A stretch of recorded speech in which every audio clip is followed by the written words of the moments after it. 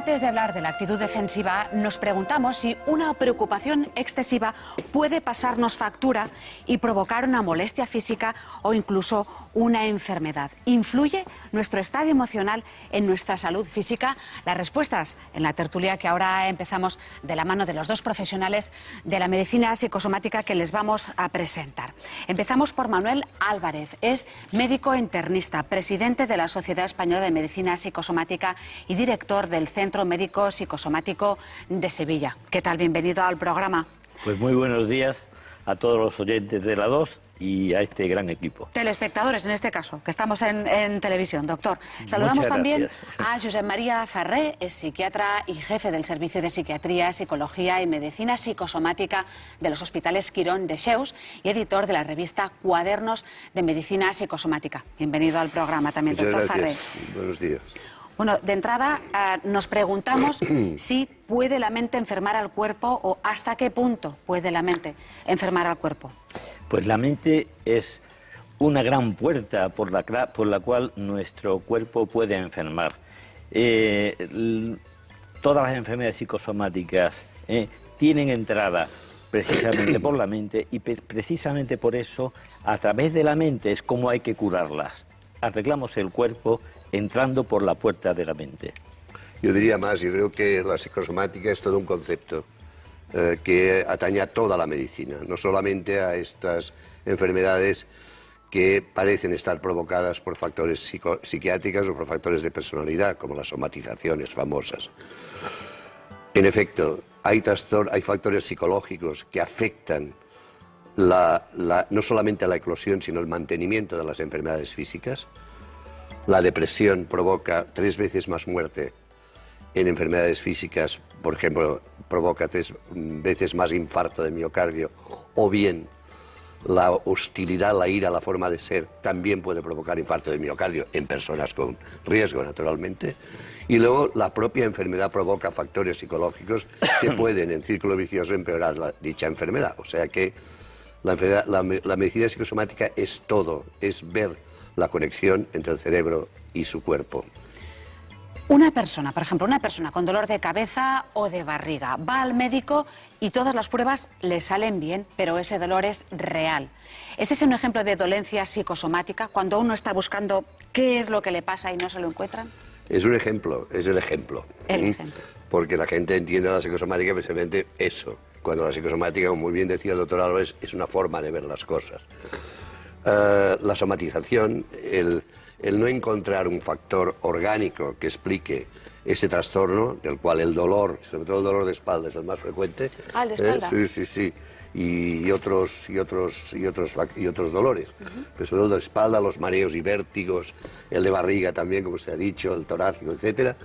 Pues esto, cuando no se encuentra, el médico a veces, quizá queriendo tranquilizar a un paciente cuya atribución de los síntomas es siempre totalmente somática, o sea, no cree que haya ningún factor psicológico, por más que eso lo hayan dicho, ya desde siempre, desde que los tiene, quizá ya desde muy joven, este médico le dice algo terrible, usted no tiene nada, vaya al psiquiatra.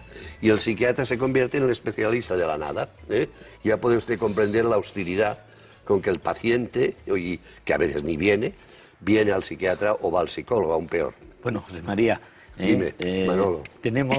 Tenemos dos modos, dos ventanas distintas de ver a los pacientes. La psicosomática tiene precisamente... Ya sé que tú no lo haces, esto de usted no tiene nada, esto ya lo sé.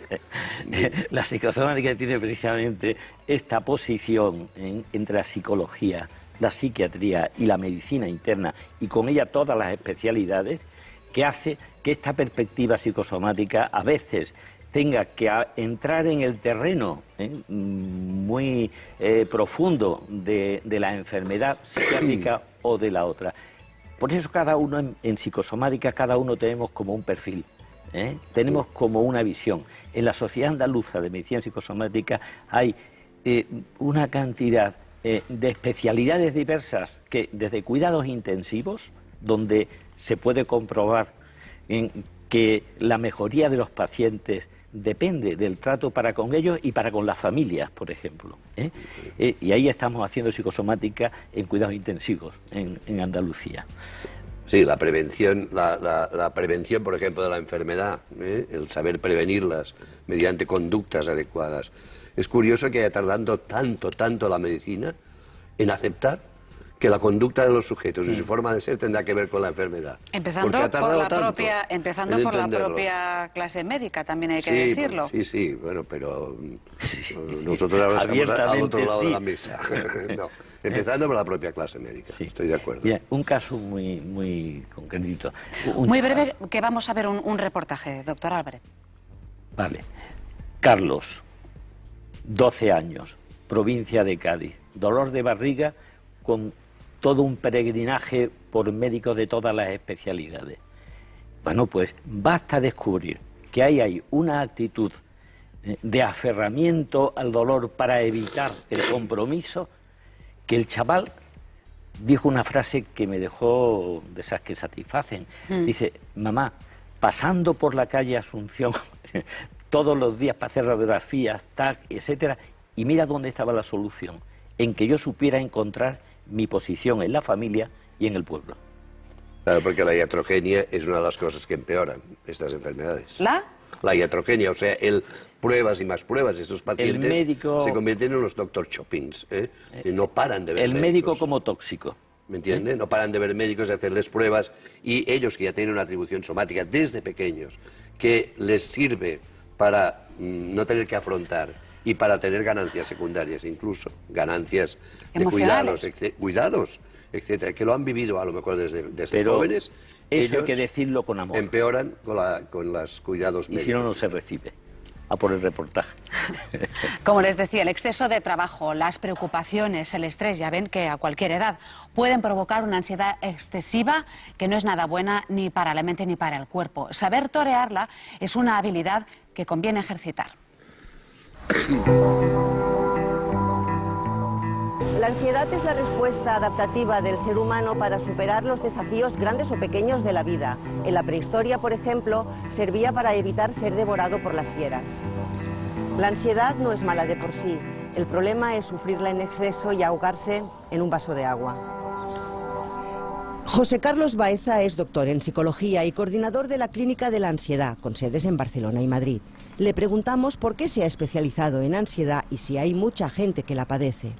Yo hice el doctorado sobre afrontamiento contraproducente en trastornos de ansiedad, es decir, cosas que hacen las personas que tienen problemas de ansiedad, que las hacen con la intención de mejorarse, pero que sin embargo lo que hacen es empeorar.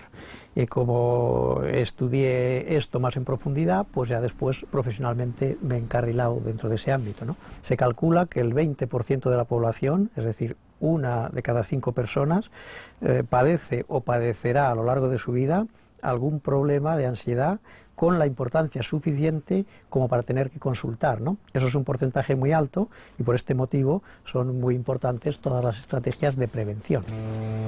El doctor Baeza nos explica que para prevenir los problemas de ansiedad es bueno tomarse un respiro. A sus pacientes y a todo el mundo les recomienda ejercitarse en la respiración abdominal. 3 veces al día, 3 minutos cada vez. Estamos hablando de la respiración que se suele producir cuando dormimos, que es una respiración que se hace con el diafragma. Tú, si te fijas en algunos perros o algunos niños que están corriendo por aquí, si viésemos, ahora están respirando torácicamente, lo que sube y baja es el pecho. Si los viésemos durmiendo, lo que sube y baja es el abdomen. Están respirando mediante el movimiento del diafragma. Esta técnica se utiliza para corregir la sobreactivación fisiológica que produce la ansiedad. De todas las formas, es una técnica que por sí sola es insuficiente para el abordaje de la ansiedad y para su prevención. Tiene más interés utilizarlo preventivamente que no solo para la corrección, y se tiene que utilizar con otros procedimientos preventivos como ejercicio físico moderado, técnicas para regular un poco los pensamientos, tener una hora, digamos, de preocuparse en lugar de contestar a las preocupaciones cada vez que nos vienen a la cabeza, desarrollar habilidades asertivas, disponer apoyos sociales y afectivos. José Carlos, si en la prehistoria la ansiedad servía para escaparnos de las fieras, ¿Qué fieras nos acechan hoy en día? Bueno, para los humanos, más allá de sobrevivir, hay otros asuntos que son de vital importancia, temas, ¿no?, económicos, relacionales, de pareja, profesionales, de conocimiento, y si se ven amenazados o problematizados, estrés, darán lugar a problemas de ansiedad. En cierto modo, en relación con las enfermedades de tipo psicosomático, el problema está en que en nuestro organismo se activan unas estructuras fisiológicas y unos cambios fisiológicos que están pensados para problemas cortos, puntuales, inmediatos y que se resolvían de manera motora. Y los problemas que nosotros tenemos en la actualidad ni son cortos, ni son inmediatos, ni se resuelven mediante acciones motoras. Y esto genera una serie de conflictos, digamos, o autoconflictos en el organismo, que es lo que da lugar a las alteraciones psicosomáticas. Baeza es coautor del libro Higiene y prevención de la ansiedad y autor de Ir de mal en peor, ansiedad, afrontamiento contraproducente. La foto de este libro, la portada, es muy significativa de la ansiedad. Sí, es una imagen que representa el pánico, ¿no? En la mitología griega había un dios que se llamaba Pan y que se dedicaba a asustar por sorpresa con grandes gritos a los caminantes, y de ahí viene la palabra pánico. Por otro lado, esta imagen expresa la necesidad de sacar la tensión, la rabia, el agobio. Es en cierto modo un grito de auxilio, un grito de defensa y de ataque. Cuando nosotros tenemos un problema, la ansiedad incluida, tendemos a aplicar soluciones. Algunas de las soluciones que aplicamos están bien intencionadas, pero son contraproducentes, es decir, nos sale el tiro por la culata. Algunas personas, como tienen síntomas como ahogo, falta de aire, tienden a hiperventilar, eso agravará el problema. Otras, como se sienten más inseguras, aumentan determinadas estrategias de control, que lo que van a hacer es precisamente aumentar más la seguridad. Y muchos pacientes se encuentran atrapados en situaciones paradójicas, a veces citamos alguna, ¿no?, como aquella máxima de para su seguridad permanezcan asustados, o personas que se asustan de los propios síntomas. Entonces la ansiedad va creciendo constantemente. Entonces, en los tratamientos es necesario identificar y desarticular las soluciones que son malas y perpetúan el problema, y por el contrario hay que instaurar aquellas que son adecuadas o convenientes. ¿Y cuáles son esas?, le preguntamos. Normalmente los tratamientos que se aplican tienen varias fases. Una primera fase va encaminada a tratar de reducir los síntomas, con técnicas de desactivación, con técnicas para perder el miedo a los propios síntomas. Después hay otra parte de intervenciones que están relacionadas con la regulación del pensamiento, ¿no?, las anticipaciones, cálculo de riesgos, atención selectiva a las amenazas. Y otras técnicas tienen que ver con ir exponiéndose a las situaciones temidas. Por otro lado, hay que desarrollar habilidades de afrontamiento de aquello que nos está desbordando o que está suponiendo un problema. Y finalmente hay que aplicar procedimientos de prevención de recaídas. La ansiedad excesiva es el caldo de cultivo de las enfermedades psicosomáticas, otro buen motivo para tener la raya y no ahogarnos en ella. Pues bien, después de esta extensa radiografía de la ansiedad que podríamos ver en el reportaje, me gustaría saber la opinión de los dos médicos que tenemos aquí. A ver, la ansiedad es como una especie de magma enorme que envuelve a todas las enfermedades, ya lo hemos dicho. Es decir, y no solamente a la somatización, que no debe ser confundida como la única... Es la enfermedad psicosomática, diríamos, que marca, diríamos, la palabra psicosomática, pero la psicosomática va mucho más allá. Y en ese sentido, ese reportaje es muy coherente. Ya lo hemos dicho, factores psicológicos que empeoran la enfermedad, la ansiedad, el estrés, que en las propias enfermedades médicas son estresoras y provocan ansiedad y empeoran la enfermedad, etcétera. Y las propias somatizaciones son un ejemplo. La somatización no es nada más que una forma de afrontar el estrés y la ansiedad de la propia somatización, que se hace mal, por cierto. Que se hace mal. Que se hace mal. Doctor Álvarez, Bueno, pues ¿cuál es su opinión? matizaría este asunto diciendo que los factores estresantes, aquellos factores externos o internos, pero que sacamos del baúl de los recuerdos, tienen una capacidad para hacer enfermar a cualquiera de cualquier cosa. Lo que ocurre es que la vulnerabilidad va a hacer que aquellos que están más predispuestos por lo vivido o por cómo son, pues lo padezcan antes. Ahí va la pregunta. ¿Se puede hablar de un prototipo de personalidad, es decir, que tiende a somatizarlo todo, una persona que tiene molestias físicas sin tener nada físico? Bueno, la personalidad está ahí, es esa vulnerabilidad. Y en los trastornos de personalidad descritos por las clasificaciones en medicina y los rasgos de personalidad que es menos, todos tenemos rasgos anómalos, todos tenemos algunos rasgos que nos hacen más vulnerables, porque los hemos aprendido o porque los hemos mal cultivado. Precisamente por eso es por lo que yo trabajé en una época el tema del perfeccionismo, el síndrome del perfeccionista. El anancástrico es el título de un libro publicado en Almuzara hace unos años, por la tercera o cuarta edición, en la que dejo muy claro cómo las personas con rasgos perfeccionistas, que son tan estupendas y tan capaces, son magníficas, pero tienen un coste añadido que les hace enfermar de ansiedad con una gran facilidad. De ahí que haya que enseñarles a protegerse, generando, cultivando actitudes saludables y estrategias eficientes para librarse de esa ansiedad que les puede poner como en un carro que se le echa peso y el mulo, el caballo, se pone con las patas arriba y no hay quien le siga, quien le pueda ayudar después.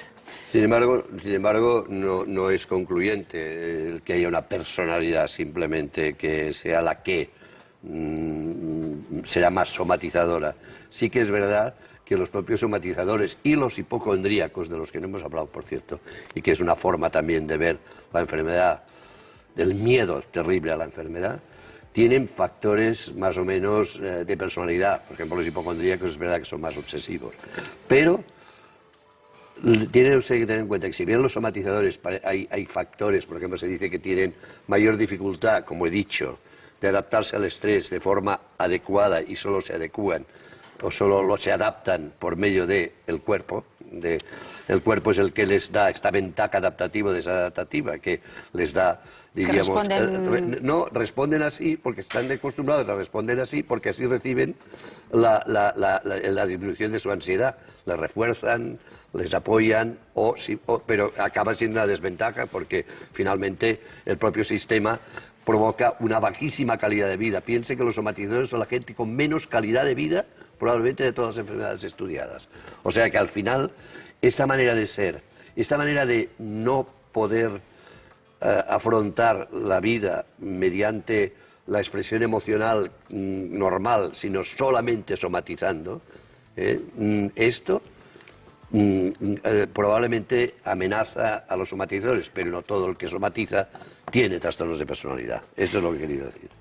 Entonces, llegado a este punto, ¿hay que medicarse? Abundamos un poquitín para entender esto. Todas las personalidades tienen algún rasgo que empuja hacia la ansiedad y es el desequilibrio. Pero aquellas personas inseguras que han... Menos dos, luego lo digo. Menos dos. Y vamos a hablar de debate, pero menos está dos. saliendo muy bien. Hay algunas que no se angustian nada, que son las que joroban al personal, los psicópatas. Y, si te digo, los narcisistas. Y los que no saben descubrir sus sentimientos y expresarlos, y se los comen con patatas, y luego son los que más somatizan, una por cierto. indigestión psicológica. Didi, perdón, que te haya interrumpido. Excúsame.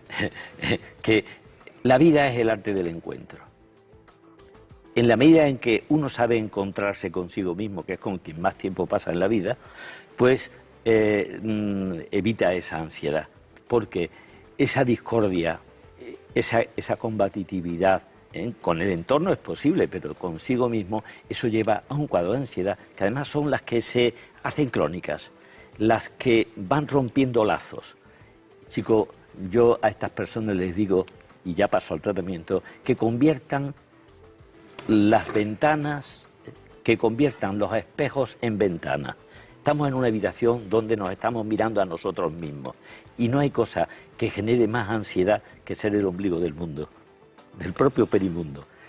De tal manera que abrir esas ventanas y contemplar y establecer una relación es algo enormemente saludable para el buen vivir. Y si yo digo, amigo Álvarez. Perdone, doctor, si yo digo, esta pastillita te va a abrir la ventana... me permitirá. José María. Yo creo que deberíamos ir con cuidado, insisto, por última vez, no se preocupe, o si no, el doctor Álvarez me dirá que soy perfeccionista y obsesivo y anancástico, cosa que sí soy, pero no tanto, que debemos tener en cuenta que en el caso de los factores psicológicos que empeoran la enfermedad psíquica, si son de personalidad o de forma de hostilidad, ira, o bien que son enfermedades, en el primer caso, si son formas de ser, en este caso hay que mejorar esta forma de ser. En el caso del primer caso, que es el más claro, los factores psicológicos que afectan a la enfermedad psíquica. Si están deprimidos, mejorar la depresión con un fármaco o bien con técnicas psicológicas, que también se puede utilizar para la depresión. Si están ansiosos, ya lo hemos visto, tanto técnicas psicológicas como técnicas farmacológicas. Hay técnicas, las técnicas cognitivo-conductuales, que han demostrado gran efecto.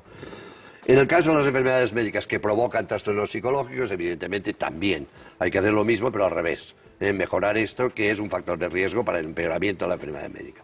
En el caso de que no se ha hablado para nada hoy, de las enfermedades funcionales fronteras, como la fibromialgia o el colon irritable, que están entre la frontera de todo esto, entre los somatizadores y los otros, en estos casos se puede actuar a nivel global con los especialistas, utilizando factores tanto conductuales como psicológicos, cambiar los pensamientos, cambiar las conductas de excesiva atención al dolor, etcétera. Y por último, en el caso de las somatizaciones, bueno, la hipocondría también, en el caso de las somatizaciones, y termino, ahí sí que en la conexión entre los internistas y el psiquiatra o el psicólogo debe ser total. Es más, no lo deberían visitar los somatizadores, los psiquiatras, los psicólogos, los deberían visitar los propios internistas y los psiquiatras y psicólogos, poquito a poco hacerles entender, sea con fármacos, porque están muy angustiados, sea con técnicas psicológicas, que este proceso adaptativo al estrés les va mal. José María, que sabe una barbaridad, me va a permitir que yo haga una síntesis audaz. Y es que la terapéutica psicosomática, lo que cura en psicosomática es la pastilla y la palabra. Son necesarias las dos, pastilla y palabra, utilizadas a dosis conveniente para que no sean tóxicas, tanto una como la otra, y para que resulten adecuadas en su momento. Nunca una persona que llega a la consulta con una empachera profesional, oftalmológica, me decía, y lo que tenía era un cuadro psicosomático debajo, no era un cansancio. Esta persona lo primero que necesita es sentirse entendida y a continuación sentirse segura en que va a utilizar un fármaco que va a quitar esa ansiedad de entrada y va a quitar la reiteración del pensamiento. Así se puede trabajar luego los defectos que pueda tener en su sistema, en su método de pensamiento. O sea que sí, amiga mía, el fármaco puede abrir la ventana. El fármaco para abre que la entre ventana. el aire de la psicoterapia. Vale, para que entre un buen aire en este Buen caso. aire. Porque, por ejemplo, una persona que ha tenido una depresión, ¿no? O que tiene una depresión, ¿eso le deja una secuela física? ¿Le puede dejar una secuela física en el sentido de que uno puede decir, venga, otra vez a empezar? Y otra vez a ¿A qué se empezar. refiere secuela física? A que le quede un factor vulnerabilidad. somático. Una persona que tiene una depresión de por sí es vulnerable. Todo somatiza muchísimo más. Y una persona que tiene estrés también. Se sabe que el estrés bloquea los sistemas inmunitarios. Por ejemplo, las gripes duran más tiempo. Sí. Y por lo tanto, esta persona lo que le queda es la vulnerabilidad a la depresión. Si es una depresión que ha somatizado, y depresiones que somatizan más que otras, que no deben ser confundidas con las somatizaciones. La depresión que somatiza es simplemente como la ansiedad que somatiza, que notas la ansiedad en tu cuerpo, ¿de acuerdo? Pues en estos casos la depresión lo que hay que cuidar es el estilo depresivo, no tanto en la secuela física. Vale, por Hay que decir un aprender. ejemplo, para terminar, doctor Álvarez. Un ejemplo, un ejemplo. Decía Marañón que el mejor instrumento para tratar, en medicina en general y especialmente aquí, en el nuestro, el mejor instrumento es la silla. La silla, para sentarse, cogerle la mano al paciente, Sí, señor. escucharle, mirarle a la cara, Sí, señor. hacer un trasvase emocional con la mirada Sí, señor. y abrir las cremalleras de la vida, tanto para soltar lo que lleva como lo que lleva de verdad, porque aquí se dan las demandas expresas que no son las de verdad, y luego las demandas ocultas, que son aquellas que realmente hay que sacarle al paciente dejándole hablar en libertad. ¿Sabe cuál es la mayor queja de los pacientes? No es de la mala práctica, que el médico comunica mal. Y que no les mira a los ojos. Bueno, pues, esa es la mayor queja. Pues eso hemos intentado poner sobre la mesa. Le agradecemos muchísimo tanto a Manuel Álvarez como a Josep María Ferrer que nos hayan dado su opinión y también sus consejos. ¿De acuerdo? Muchísimas gracias a los dos. Gracias a usted. Muchas gracias.